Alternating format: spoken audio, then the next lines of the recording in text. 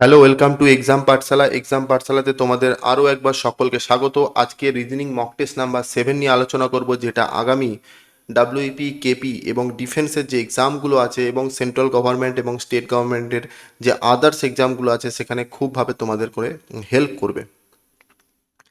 এখানে যে প্রশ্নগুলো নিয়ে আলোচনা করব সেগুলো পুরোপুরি প্রিভিয়াস ইয়ারকে অ্যানালাইসিস করে তৈরি করা হয়েছে। প্রথমেই বলে রাখি, আমাদের অফলাইন যে ব্যাচগুলো চলছে এই মুহূর্তে, সেটি মালদা এবং ফারাক্কাতে আমাদের অফলাইন সেন্টার আছে, যেখানে ব্যাচগুলো চলছে। ডাব্লিউপি কেপির প্র্যাকটিস ব্যাচ এবং রেলের ব্যাচ এবং সেন্ট্রাল গভর্নমেন্টের আদার্স যে ব্যাচগুলো আছে সেই ব্যাচগুলো চলছে।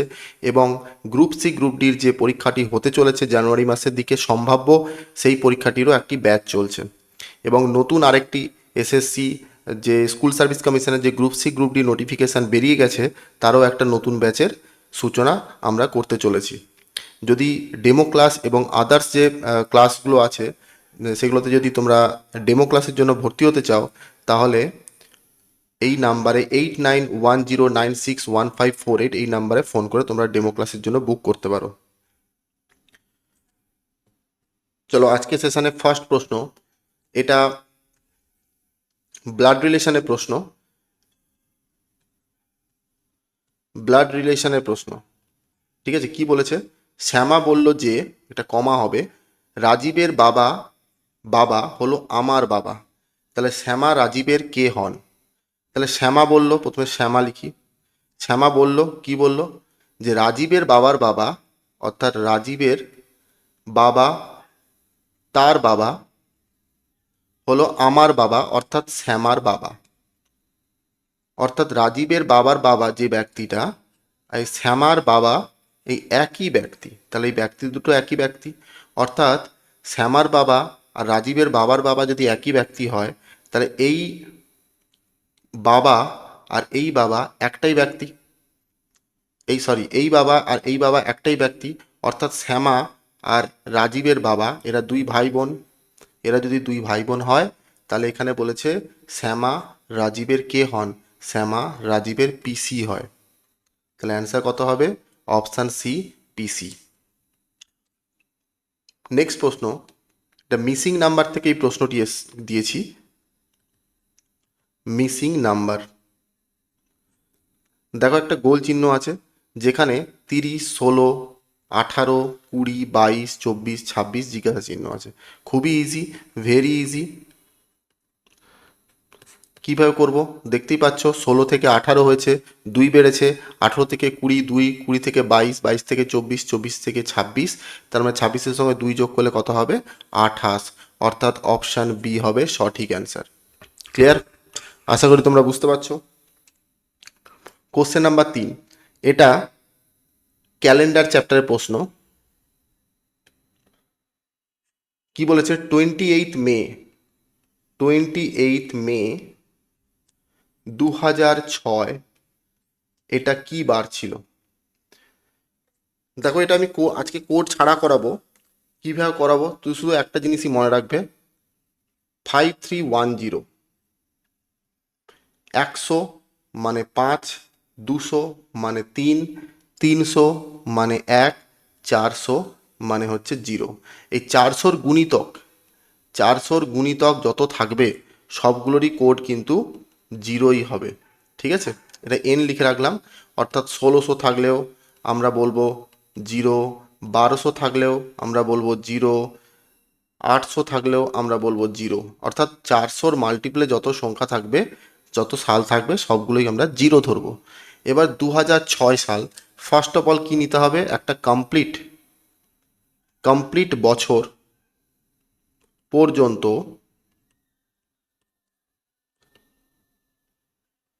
ক্যালকুলেশন করতে হবে। ঠিক আছে, কমপ্লিট বছর পর্যন্ত যদি ক্যালকুলেশন করি, দেখতেই পাচ্ছ 28 মে 2006 আছে, তাহলে আমরা 2005 পর্যন্ত প্রথমে ক্যালকুলেশন করব। কমপ্লিট বছর 2005। 2005কে আমরা লিখতে পারি 2000 প্লাস 5, অর্থাৎ 2000 400-র গুণিতক, তার মানে এর কোড কত হবে? 0 প্লাস 5। এই 5 বছরটার মধ্যে কত লিপিয়ার আছে, কতগুলো লিপিয়ার আছে? বলবো একটা লিপিয়ার আছে, অর্থাৎ হয়ে গেল কত? 6। অর্থাৎ 2006 সাল পর্যন্ত আমরা পৌঁছে গেলাম, 2005 সাল পর্যন্ত আমরা পৌঁছে গেলাম, অড ডে পেলাম আমরা 6। এবারে 2006 সাল কতদিন পর্যন্ত জানতে চেয়েছে, 28শে মে পর্যন্ত, অর্থাৎ জানুয়ারি মাস 31 মাস, এক্সট্রা দিন কত আছে 28, 7 দিয়ে যদি ভাগ করি 7 4 28, অবশিষ্ট থাকলো 3।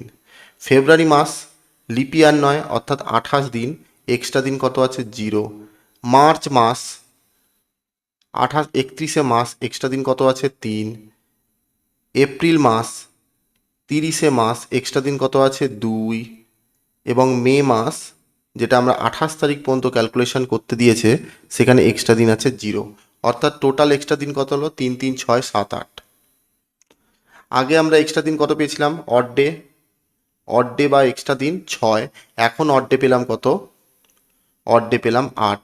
তাহলে টোটাল 6 + 8 যদি করি আমরা পাবো কত 14। 14টা 7-এর থেকে বড়, একে যদি আমরা আবার 7 দিয়ে ভাগ করি কত পাবো, 7 দুগুণা 14, অবশিষ্ট হলো 0। অর্থাৎ 0 মানে, এখানে মনে রাখবে, সানডে মানে হচ্ছে 0, মানডে মানে হচ্ছে 1, টুইসডে মানে 2, ওয়েডনেসডে মানে 3, থার্সডে মানে 4, ফ্রাইডে মানে হচ্ছে 5, এবং স্যাটারডে মানে হচ্ছে 6। তার মানে সানডে থেকে যদি, এই মন্ডে থেকে যদি আমরা 1 থেকে কাউন্টিং করি, তাহলে সানডেতে আমার 0 আসছে, অর্থাৎ তোমার অবশিষ্ট আমরা পেয়েছি 0। এটা কাউন্টিং করলে আমার অ্যান্সার হবে রবিবার। দেখো এইটা আমি ডিটেলসে লিখলাম, পরীক্ষার হলে তুমি ডাইরেক্ট করতে পারবে। কিভাবে করবে, এটাকে যদি শর্ট করে নিতে পারো তাহলে করতে পারবে। শুধু তোমাকে মনে রাখতে হবে কি, মনে রাখতে হবে দুটো জিনিস, এই 100-র কোড 5, 200-র কোড 3, 300-র কোড 1, 400-র কোড 0। 400-র মাল্টিপেলে যত সাল আসবে সবগুলোই কিন্তু 0। এবার এক্সট্রা দিন, এই যে 2006 সালটা কাটা সাল, তার আগের কমপ্লিট বছর নিতে হবে, তারপরে এক্সট্রা সালটাকে আমাকে কাউন্টিং করতে হবে, যেটা এইখানে কাউন্টিং আমরা করলাম। Clear? Question number 4, mister Deepak, এটা ডাইরেকশন টেস্টের প্রশ্ন। ডাইরেকশন টেস্ট কি বলেছে, মিস্টার দীপক মোহন দক্ষিণ দিকে 5 কিলোমিটার পথ হেঁটে, দক্ষিণ দিকে 5 কিলোমিটার পথ হাঁটলো, হেঁটে সে ডান দিকে ঘুরলো। লোকটা নিচের দিকে যদি মুখ করে থাকে, তার ডান দিকটা হবে কোনটা, পশ্চিম দিক। সে 3 কিলোমিটার গেল, এখন তার মুখটা পশ্চিম দিকে আছে। 3 কিলোমিটার হাঁটার পর তিনি আবার বাম দিকে ঘুরলেন, অর্থাৎ দক্ষিণ দিকে ঘুরলেন। দক্ষিণ দিকে ঘুরে 5 কিলোমিটার গেলেন, এখন তার মুখটা হবে দক্ষিণ দিকে। এখানে কোশ্চেনে বলেছে তিনি এখন কোন দিকে মুখ করে আছেন, এখন সে দক্ষিণ দিকে মুখ করে আছেন, অর্থাৎ অপশান হবে বি। যদি ভিডিওগুলো ভালো লাগে থাকে অবশ্যই লাইক সাবস্ক্রাইব করে দেবে, এবং কমেন্ট করে জানাবে যে তোমরা 10-এর মধ্যে আউট অফ 10 কত নাম্বার পেলে। এই টাইপের প্রশ্নগুলোই কিন্তু পরীক্ষাতে আসবে। তোমরা যদি টাইমের মধ্যে করতে পারো তাহলে অবশ্যই তোমরা ডাব্লিউপি যে রিজনিং প্রশ্ন 25 নাম্বার থাকবে, সেখানে তোমরা 25-এ 25 তুলতে পারবে। পাও, এটা বলেছে, এটাও কোডিং ডিকোডিংয়ের প্রশ্ন। দেখতেই পাচ্ছ, পাও, পাও থেকে ক্যাট, হুফ থেকে কি হবে। পাও হচ্ছে বিড়ালের থাবাকে বলা হয়, পাও বিড়ালের থাবাকে বলা হয়।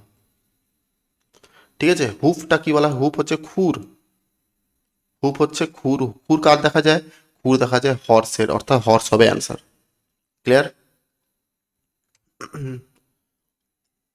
6 নম্বর প্রশ্ন, CMM EOO GQQ -KUU। তাহলে দেখতেই পাচ্ছ, সি থেকে এইরকম যখন প্রশ্ন থাকবে প্রথমটার সঙ্গে প্রথমটা ট্যালি করবে, অর্থাৎ সি থেকে ই কত হয়েছে, সি থেকে ই হয়েছে 2 যোগ করলে ই হয়েছে। ই থেকে জি কত হয়েছে, 2 যোগ করলে জি হয়েছে। জি এর সঙ্গে যদি আমরা 2 যোগ করি এফ হবে, জি এর সঙ্গে 2 যোগ করলে আই হবে। আই অপশান দুটোতে আছে, অর্থাৎ এটা কেটে দিলাম, এ আর বিটা এলিমিনেট হয়ে গেল। দেখো, এম এর পরে 2 ঘর যোগ করলে ও, 2 যোগ করলে কিউ, কিউ এর পর যদি 2 যোগ করি তাহলে আমরা পাবো কত, এস, অর্থাৎ অপশান সি হবে সঠিক অ্যান্সার। +2, এখান থেকে এটা +2, এখান থেকে এটা +2 হবে, অর্থাৎ ISS। ক্লিয়ার? কোশ্চেন নাম্বার 7, কোনটা বাকিগুলোর থেকে আলাদা, এটা অড ওয়ান আউট চ্যাপ্টারের প্রশ্ন। দেখো, হেডিং ক্লোজিং, বডি এবং লেটার। একটা লেটারের একটা যদি লেটার থাকে, লেটারের দেখো প্রথমে আমরা হেডিং লিখি, তারপরে লেটারের বডি বলতে মেন যে কাহিনীটা যেটার উপরে আমরা লেটারটা লিখছি সেই বিস্তারিত বিবরণটাকে আমরা বডি বলি, আর ক্লোজিং পার্ট হচ্ছে নিচের পার্টটা। পুরোটাকে যদি আমরা অ্যাড করি একটা লেটার তৈরি হয়, একটা লেটার বা চিঠি তৈরি হয়, অর্থাৎ অপশান সি হবে সঠিক অ্যান্সার। কোশ্চেন নাম্বার 8, এটা হচ্ছে ভেন ডায়াগ্রাম চ্যাপ্টারের প্রশ্ন। দেখো অথার, লয়ার এবং সিঙ্গার এদের মধ্যে সম্পর্ক কি, আমরা প্রত্যেকের সঙ্গে প্রত্যেকের সম্পর্ক বের করব। অথার এবং লয়ারের মধ্যে সম্পর্ক হচ্ছে হতেও পারে আবার না হতে পারে, অথার লয়ার হতেও পারে আবার নাও হতে পারে। লয়ার এবং সিঙ্গারের মধ্যে কি সম্পর্ক, লয়ার সে সিঙ্গার হতেও পারে আবার নাও হতে পারে। সিঙ্গার এবং অথারের মধ্যে কি সম্পর্ক, সিঙ্গার সে হতেও পারে অথার অথবা নাও হতে পারে। তিনটের সঙ্গে যখন তিনটে হতেও পারে নাও হতে পারে অপশান এসছে, তখন তিনটাকে যদি আমরা মার্জ করি আমাদের ছবিটা কিন্তু এই রকম হবে। কিন্তু কথা হচ্ছে এই রকম অপশান কিন্তু আমার নেই। যদি এরকম না হয় তাহলে হয় তাদের মধ্যে সম্পর্ক আছে, না হয় তাদের মধ্যে কোনো সম্পর্ক নেই। হয় এরকম ছবি হবে অথবা তিনটে গোল কিন্তু আলাদা হবে। তাহলে অপশান অনুযায়ী আমরা বিটাকে সঠিক ধরব। ক্লিয়ার? 9 নাম্বার প্রশ্ন, এটা ম্যাথামেটিক্যাল অপারেশন চ্যাপ্টারের প্রশ্ন।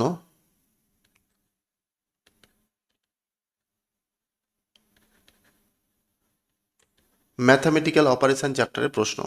দেখো প্লাস এবং গুণ সাইনকে এবং 3 এবং 2কে যদি পরস্পরের মধ্যে চেঞ্জ করা হয় বা ইন্টারচেঞ্জ করা হয় তাহলে নিচের কোন সমীকরণটি সঠিক।